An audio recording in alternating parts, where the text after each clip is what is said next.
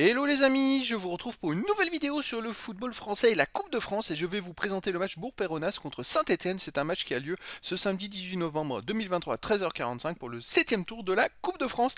Alors dans cette vidéo, je vais revenir sur le classement de ces deux équipes dans leurs championnats respectifs. Bourg-Péronas c'est une équipe de CFA, Saint-Étienne c'est une équipe de Ligue 2. On verra ensuite le classement des meilleurs buteurs pour Saint-Étienne en Ligue 2, puis on terminera par les 10 derniers résultats, toutes compétitions confondues pour ces deux équipes avec les stats qui nous permettra d'avoir une idée et une tendance à ce match. Alors en CFA, Bourg-Péronas c'est premier de CFA avec 17 points en 8 matchs, 5 victoires, 2 nuls, 1 défaite, 15 buts pour, 5 contre, plus 10 de différence de but.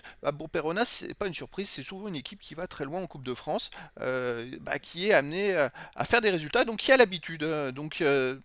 Attention à Saint-Étienne. Saint-Étienne de son côté en Ligue 2 est 5e avec 24 points en 14 matchs, 7 victoires, 3 nuls, 4 défaites, 15 buts pour, 12 contre, plus 3 différences de buts.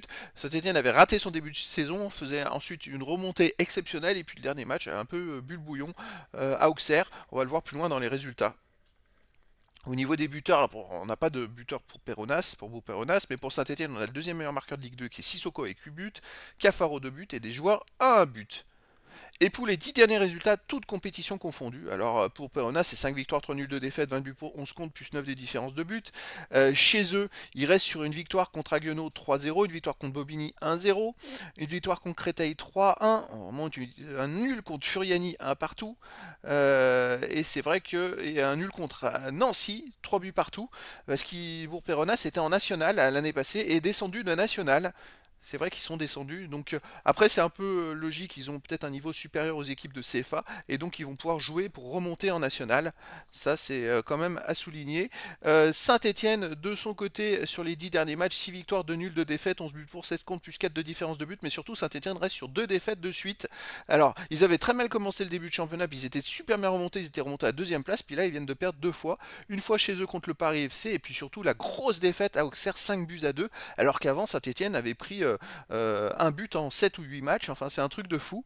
Donc c'est vrai que comment ils vont être moralement, et puis après c'est la coupe, souvent les petites équipes sont à 200%, donc ça va être un match très sympa les amis. Donc je vous donne rendez-vous ce samedi 18 novembre 2023 à 13h45 pour le match du 7e tour de la Coupe de France. Bourg-Péronas, une équipe de CFA, reçoit Saint-Étienne, une Ligue 2. Voilà les amis, je vous dis à très bientôt pour une nouvelle vidéo.